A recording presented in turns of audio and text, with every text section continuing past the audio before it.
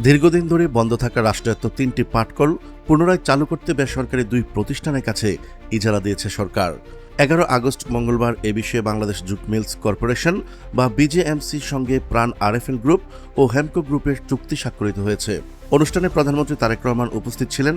প্রধানমন্ত্রীর deputy press secretary Mostafa Zulfikar Hasan Shiplu এই তথ্য নিশ্চিত করেছেন। সিরাজগঞ্জের জাতীয় জুট মিলস লিমিটেড ও খুলনার স্টার জুট মিলস লিমিটেড ইজারা নিয়েছে প্রাণ আরএফএল গ্রুপ, আর খুলনার platinum jubilee jute mills limited ইজারা পেয়েছে হেমকো গ্রুপ। চুক্তিতে বিজিএমসির পক্ষে সংস্থাটির chairman brigadier general Mohammad Kabir Uddin Sikder এবং প্রাণ আরএফএল গ্রুপের পক্ষে কোম্পানির সচিব আমিনুর রহমান ও হেমকো গ্রুপের পক্ষে ব্যবস্থাপনা পরিচালক এটিএম মোস্তফা স্বাক্ষর করেন। চুক্তির আওতায় ৩টি মিল বেসরকারি ব্যবস্থাপনায় পুনরায় চালু করা হবে। এগুলো চালু হলে কমপক্ষে ১১,৬২৯ জনের কর্মসংস্থান সৃষ্টি হবে। এতে প্রায় ৬১৯ কোটি টাকা বিনিয়োগ হবে। প্রতিষ্ঠানগুলোর সম্ভাব্য বার্ষিক টার্নওভার হবে প্রায় ১,১৭৫ কোটি টাকা। সিরাজগঞ্জের রায়পুরে জাতীয় জুট মিলস লিমিটেড প্রায় ১৫৭ কোটি টাকা বিনিয়োগের পরিকল্পনা রয়েছে।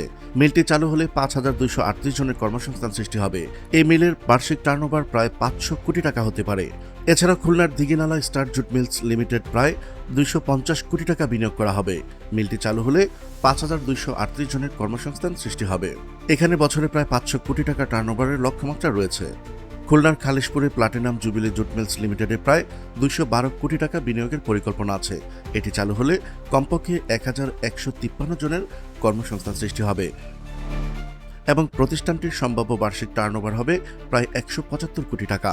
এই অনুষ্ঠানে জানানো হয়, বিজিএমসির উৎপাদন বন্ধ থাকা ২৫টি মিলের মধ্যে ২০টি ইজারা ভিত্তিতে সরকারি ব্যবস্থাপনায় পুনরায় চালুর সিদ্ধান্ত নেওয়া হয়েছে। এর মধ্যে ১৪টি মিলের ইজারা সম্পূর্ণ করে গ্রহীতাদের কাছে দখল হস্তান্তর করা হয়। এর মধ্যে ৯টি মিলে উৎপাদন ইতিমধ্যেই শুরু হয়েছে। প্রিয় দর্শক, আজ এ পর্যন্তই। দেখা হচ্ছে পরবর্তী প্রতিবেদনে। ততক্ষণ পর্যন্ত মহান আল্লাহ তাআলা সবাইকে ভালো রাখুক, সুস্থ রাখুক। আল্লাহ হাফেজ।